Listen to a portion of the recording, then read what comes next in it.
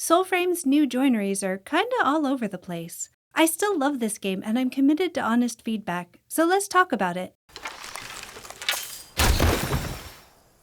First things first, trying to get a specific blessed joinery is terrible. I know you're all going to want tips and tricks for how to farm a specific blessed joinery, and my honest advice to you is just don't. All types of joinery can drop from Nimrod, the Vadagar Stag, and the Mendicant King, but the drop rate for blessed joinery is extremely low. They have a 30% chance of dropping any joinery at all, and then a much smaller chance that that joinery is blessed, and then you have to hope that the joinery is the type you want, and then hope that it has the blessing you want. This is not a fun system, and you're very likely to burn out if you focus on trying to get something specific. Don't be me. Don't do this. Bannerets and 3-star faction tails can also drop blessed joinery if the level of enemies is high enough, but which type of joinery they drop depends on where the tail is. It doesn't currently seem possible to spawn tails in the glades high enough to get blessed Quicksilver, so that is the hardest type of joinery to find in Preludes 10 Hotfix 12. If you really want to farm joinery, you can go up to the northeast corner of the map to farm Vadagar Stags and 3-star tails, or you can hang out in the southwest corner of the map doing Mendicant Kings and Vadagar Stags. But again, the amount of RNG involved in getting the specific joinery you want with the specific blessing you want is just too much.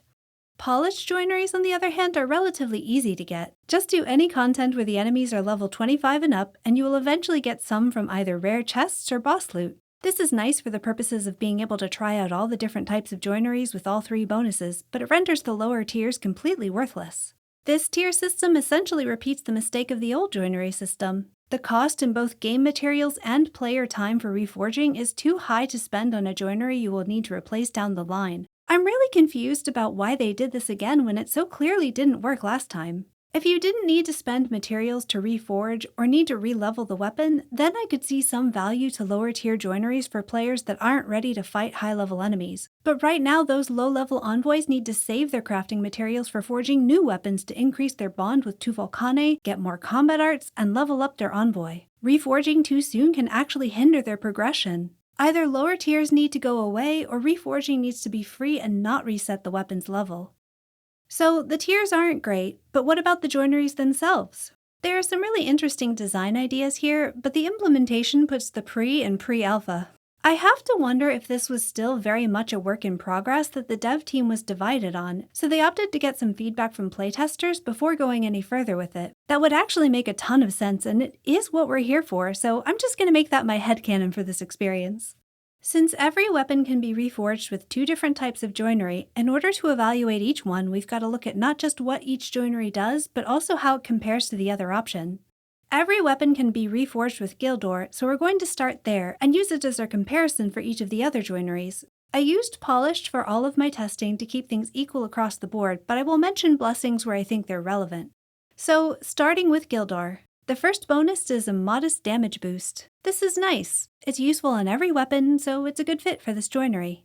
Gildaur also reduces the stability cost of blocking. I did test this to verify that it has nothing to do with parrying. It just makes your blocking more efficient. This is a nice bonus if you block a lot, but it's not very useful for orbiting flyblades or for ranged combat in general. It's not a bad bonus in general, it just doesn't feel like a universal bonus, and if Gildaur is supposed to be good on any weapon, then I want its bonuses to be useful for any build.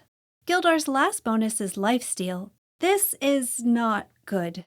On this build I have my Courage maxed out, and here's the Lifesteal from orbiting Precles, from a hail of arrows, and from a charged headshot.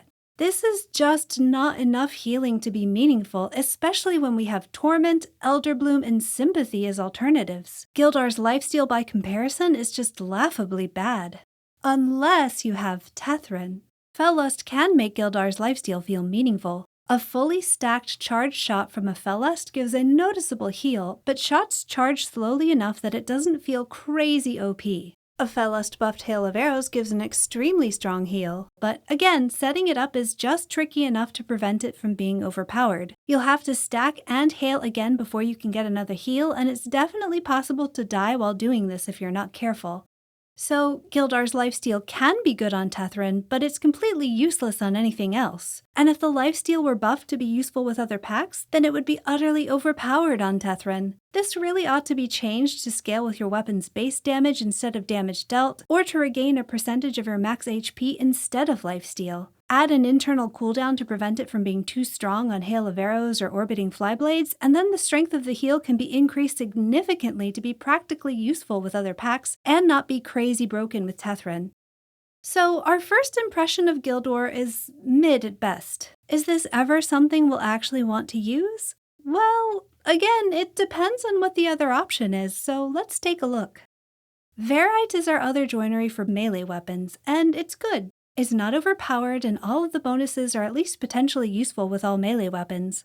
Again, we have a damage boost and improved block, although curiously, Verite gives less of a block boost than Gildaur. I personally don't feel that this difference is enough to make Gildaur a competitive choice, even if you block a lot, because Verite gives more damage than Gildaur, which is much more impactful in actual gameplay. The perfect throw damage is nice, and even though it's not going to be super strong on every build, it's at least relevant to every weapon. So for melee weapons, Verite wins over Gildaur, except for some reason Verdigris can be reforged with Quicksilver, not Verite. This has to be a mistake, but we'll come back to it when we talk about Quicksilver.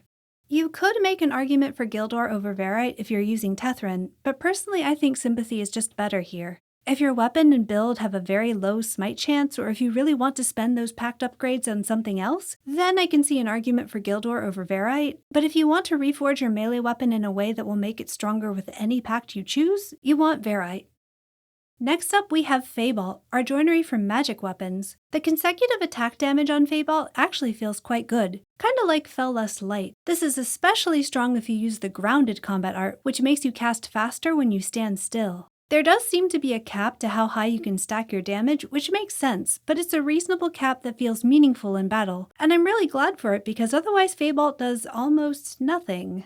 Once again, we have a block boost, which is a strange choice given how much blocking is already disincentivized on magic weapons. You definitely don't block very efficiently with magic weapons compared to, say, melee weapons. This makes perfect sense from a gameplay perspective, but then why put a block boost on magic weapon joinery? Why not projectile speed instead? That would be much more useful, especially since our third bonus is throw distance? This might increase the range for your magic projectiles? It's really hard to tell exactly because the base range for magic projectiles is already quite large, putting you much farther away than you normally want to be anyway, and it's definitely longer than your target lock-on range. While you can use block to force reticle aiming on magic weapons and thus use them outside their lock-on range, I don't think this is what the devs intended here. My suspicion is that flyblades were supposed to be in this category, but the consecutive damage bonus was so strong on orbiting blades that they changed them to Quicksilver at the last moment, and then just didn't fix the Feybalt bonuses to make more sense for only magic weapons. Unfortunately, the only other choice for Gwilyn and Odiak is Gildaur, and Feybalt's consecutive attack damage easily wins here. It really is a very nice damage boost. And finally, we have Quicksilver.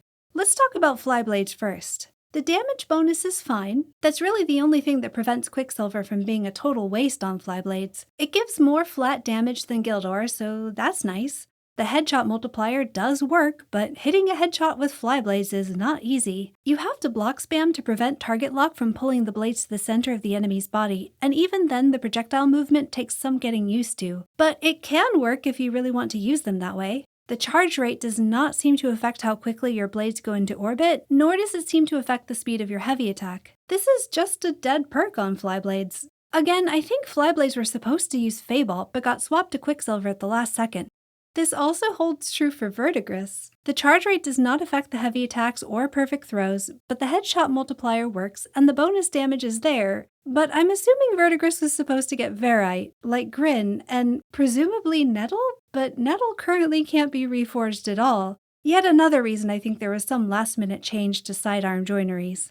Anyway, flyblades are perhaps the one use case for Gildaur, but not because Gildaur is actually good on them, it's just that Quicksilver is equally bad. Honestly, I'd wait for some joinery fixes before reforging flyblades because there's definitely something strange going on here, so just save your time and resources until we see how this pans out.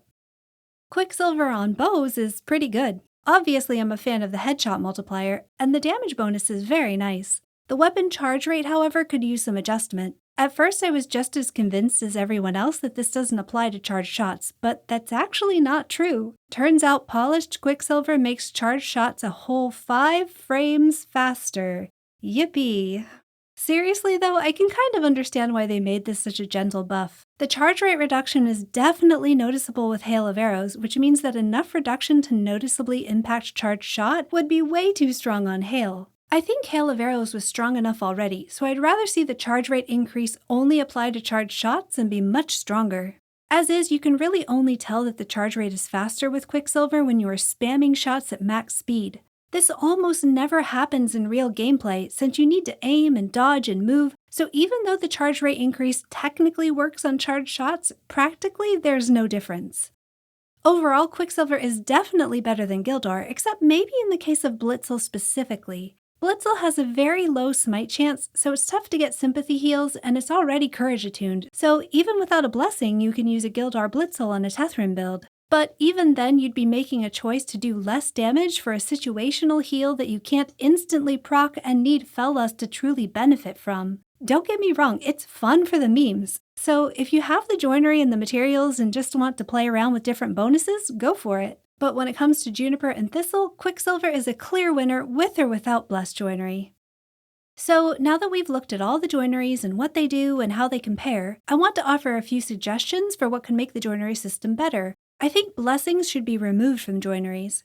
In my other video about these new joineries, we talked about how blessed joineries change the attunement of your weapon to whichever virtue it was blessed by. The weapon damage and attunement caps stay the same, but which virtue provides the stat for that scaling changes. I love this idea, but I don't think it belongs as part of a joinery system. I'd rather see blessings as some kind of faction-related mechanic, perhaps something that can be purchased at rank 5 in each faction, and then taken to Tuvalcani to be applied to a weapon. If you want to know how bad the RNG is currently for blessed joineries, then consider that I would rather pay 5,000 standing for each blessing at rank 5 than keep the current system we have. Plus, it would give us a reason to keep grinding tails after we cap out our factions. A great way to make both factions and endgame play feel more meaningful. I definitely have some opinions about which virtues you might want to attune things to, but this video is already quite long, so let me know in the comments if you want a Joinery Part 3 where we talk specifically about blessings. Finally, I want to close by mentioning how Steve recently shared that the Soulframe team is aware of the issues with the new joineries and is currently debating how to handle future adjustments. We can't expect that every new feature they roll out is going to be stellar on the first try, so while I'm not super pleased with how joineries work right now, I am reassured by the fact that DE is working on it and eager to see what they do to make them even better. If you enjoyed this deep dive into our reworked joineries, please consider liking this video and subscribe for more Soulframe content. What are your thoughts on the new joineries? Share your suggestions in the comments, and until next time, happy hunting!